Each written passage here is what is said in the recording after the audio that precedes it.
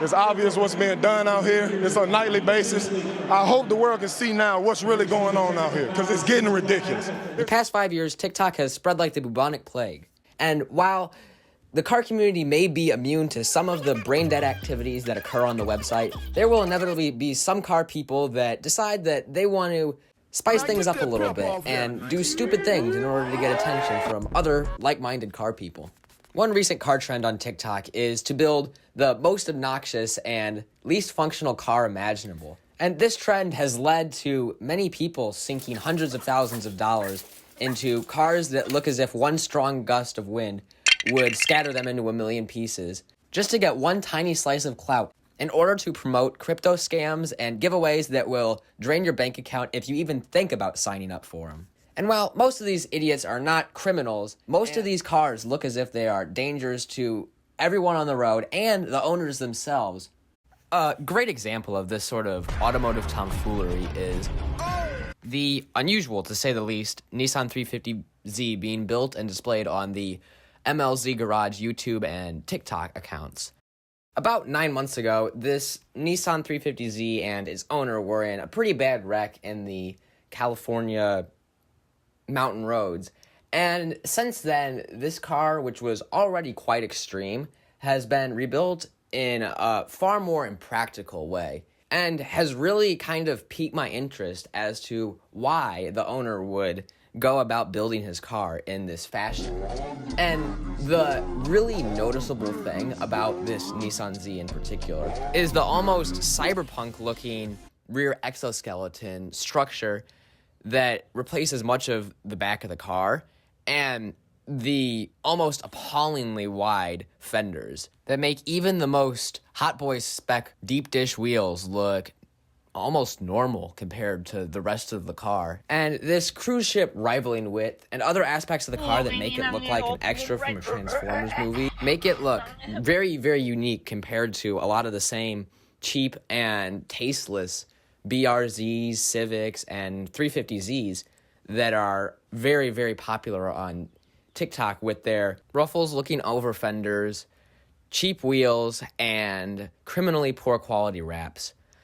I think that this does stand out in maybe a good way from a lot of those terrible cars, and the fact that there's at least a little bit of consideration towards quality and how the car is put together. But, however, when I was doing research for this episode, I came across an image on the internet of this car being towed from, I think, the paint shop that was honestly kind of disturbing and maybe highlighted a few flaws in how it's being built and maybe the philosophy behind this build. And in this image, the car was on a trailer without wheels or really any body stuff because it was going from the paint shop.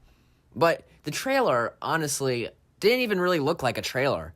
It looked, honestly, like a few pieces of rectangular tubing welded to some wheels, and that was probably about it. And I would imagine that maybe there was a good reason for this, but I also feel like he could have just rented a U-Haul trailer and gotten pretty much the same thing done for less money and less hassle, even if it maybe required strapping it down in a awkward way and building a dolly of sorts. And I think that this kind of bizarre sequence of events maybe highlights how this build maybe isn't quite as well thought out after all.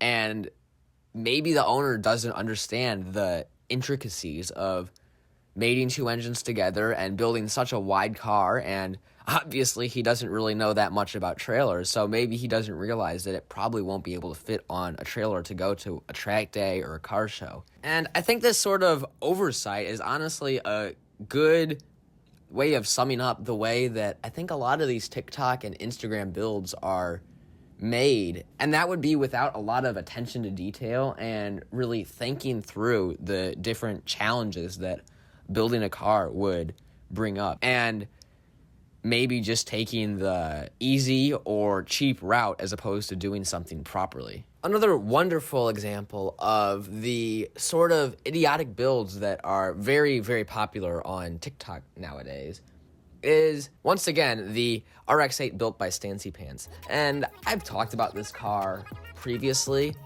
and maybe more in relation to what it might mean for car culture in general. And I think that this car, with its really, really stupid stepped on Hot Wheels kind of stance and its scary, almost drug addict-esque build quality, really do a great job of highlighting the TikTok build style, which is most definitely focused towards, once again, really stupid looking cars with terribly executed body kits, wraps, and wheels that are just way too big for the car they're on. And I think that this level of car is impractical for pretty much anything. Like, there's a video from, I'd say probably almost a year ago now, of him trying to get it on a trailer after a car show. Oh my God. Why did you do that? And usually it'd be like an hour to just get it on the trailer for him. And then they had to like drive it up the ramp. And this is something that a normal car would maybe have to do with a few sheets of plywood if it's really low. But this, it barely could make it up. And basically, it was luck of the draw whether it would actually get on the trailer or like fly off and kill somebody. And again, I think that this kind of clout chasing behavior, which is very evident from Stancy Pants, and with what he's trying to do with the car, it's very obvious that he's trying to get some sort of attention to further his brand, but maybe he's not going about getting it in the right way and building an actual brand that'll have longevity. And he's really just trying to capitalize on some sort of trend or just the shock value of an RX-8 with really stupid looking wheels and terrible build quality. And while these are two sensational examples of cars with really terrible build quality and owners that honestly can't seem to get out of their own heads, I think that this trend on TikTok is becoming more popular. And while at the end of the day, I'm not really here to tell people what to do with their cars, I think that what this might be promoting as far as build quality and just the well-being of the car community is maybe not necessarily the best thing. And it'll be interesting to see how this sort of car progresses. Anyways, if you enjoyed this video, please consider liking and subscribing, and I'll see you next video.